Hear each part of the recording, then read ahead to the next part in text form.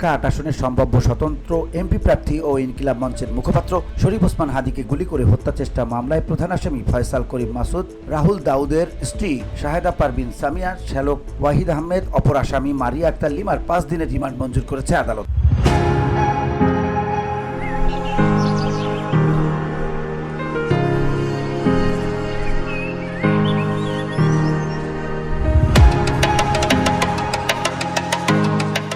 সোমবার ঢাকার অতিরিক্ত চিফ মেট্রোপলিটন ম্যাজিস্ট্রেট জসিতা ইসলামের আদালত এই আদেশ দেয়। এদিন মামলার তদন্ত কর্মকর্তা ডিবি পুলিশের পরিদর্শক ফয়সাল আহমেদ আসামিদের আদালতে হাজির করে অভিযোগের বিষয় জিজ্ঞাসাবাদের জন্য 7 দিন করে রিমান্ড চেয়ে আবেদন করেন।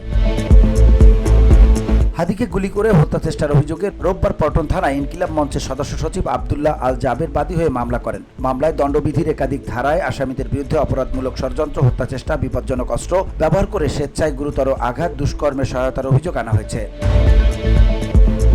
এদিকে উন্নত চিকিৎসার জন্য ঢাকা ছেড়েছেন শরীফ ওসমান হাদী। সোমবার দুপুর 1:55 দিকে হাদীকে বহন করে সিঙ্গাপুরের উদ্দেশ্যে ঢাকা ত্যাগ করে air অ্যাম্বুলেন্সটি।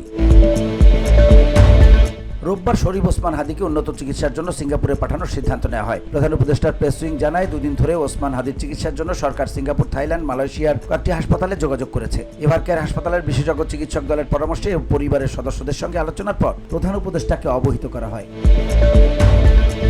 VOD Bangla news desk.